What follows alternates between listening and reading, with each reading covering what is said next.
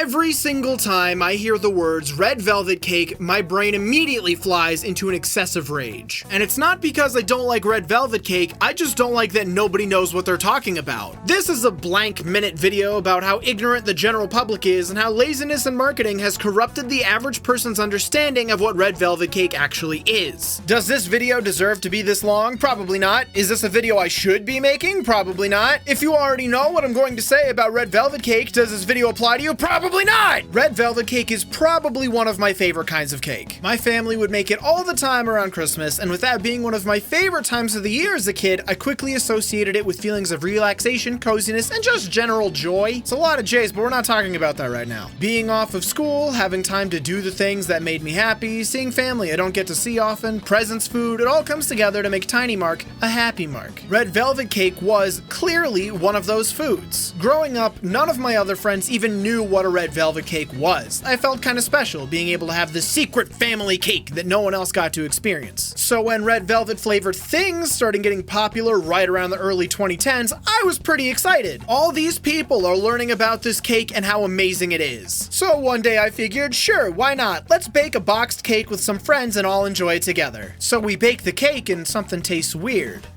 It's not too different from a chocolate cake. That's not what I wanted. Oh well, maybe box mixes are different. Betty, you lazy bitch, you must have just dyed a chocolate cake red and sold that to people. But what bothered me is that everyone I was with didn't taste anything wrong with it. They had assured me that they had all had red velvet cake before, but they saw no issue with this baked good. Alright, whatever. Maybe they're just not picky or they don't pay enough attention to food to taste the differences in the cakes. Let's go try a pre-baked cake from the grocery store. So time passes, I don't know how long. This is a story, not a history lesson, and I buy a pre-made cake from the grocery store. Nope, still chocolate.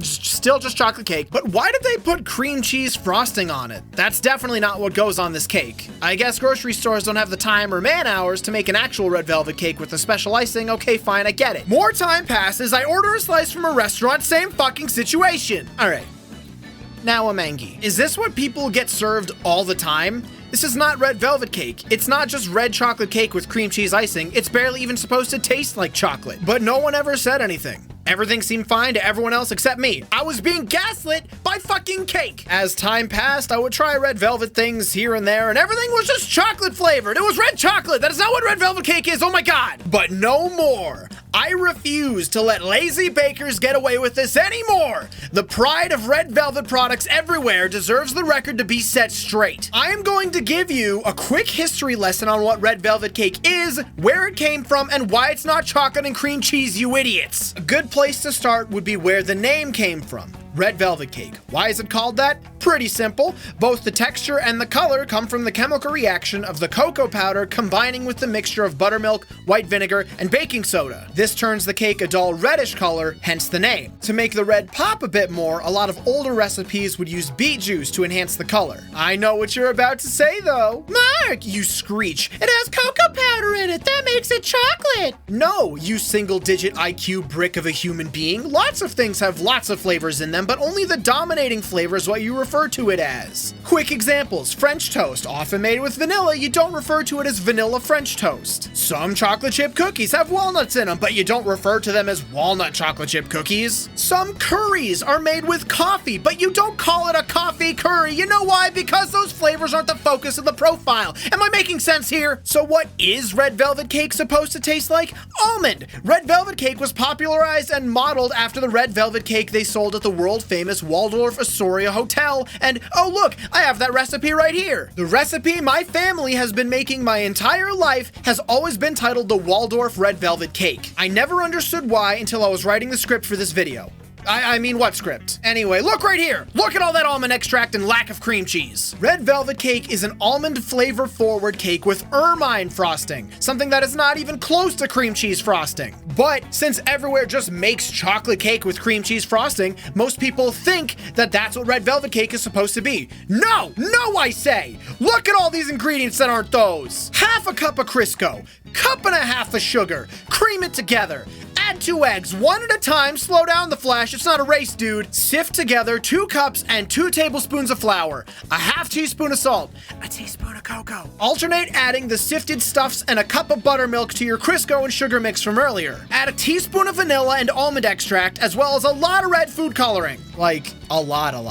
Add as much as you think would be enough, then keep adding. If it doesn't look like you killed someone and blended them into cake batter, you probably haven't added enough yet. Jeez, not that much, you idiot. What, do you just want to drink red food coloring, you weirdo? Dissolve a teaspoon of baking soda into a tablespoon of white vinegar. Gently fold in that mixture into your batter. This is important. You want bubbles, damn it. It's not called velvet for nothing. Bake it at 350 degrees for 30 to 35 minutes in 9-inch pans. That's Fahrenheit, by the way. It's 176 2/3 for all y'all that use Celsius. Look, I did math for you. While the cakes are baking, it's time to make the ermine frosting. Blend to a paste a cup of milk, a 1/4 cup of flour, and a pinch of salt. A pinch, I say. Cook it to a pudding-like consistency and let it cool. Then you're gonna cream together half a cup of Crisco, a 1/4 pound of margarine, and a cup of sugar. Yes, you have to use margarine. It's important. Look, I don't know why. I called my dad while I was making this video, and he said it was important. I trust him, so just get margarine. Now you're gonna add a teaspoon of vanilla and a half teaspoon of almond extract to the cooled pudding mixture and beat it together. Once that's done, you're gonna throw it in the fridge to cool down so it'll keep its shape a bit better. Then clearly the last step is just to ice the cakes once they're done. But if you're like my family and you like being festive, you add a fun little touch where you take some sweetened shredded coconut, you dye it a fun color, and you add it to the top. See, it's green, so it's like red, white, and green for Crimbo Tim. You also might say, Mark, there's more vanilla in that than almond. I think it would be fair to call it a vanilla cake, not an almond one. You're almost right, but you forgot the fact that almond is a much stronger flavor than vanilla. So even though there's less almond extract than vanilla, the almond extract is still the most prominent flavor by far.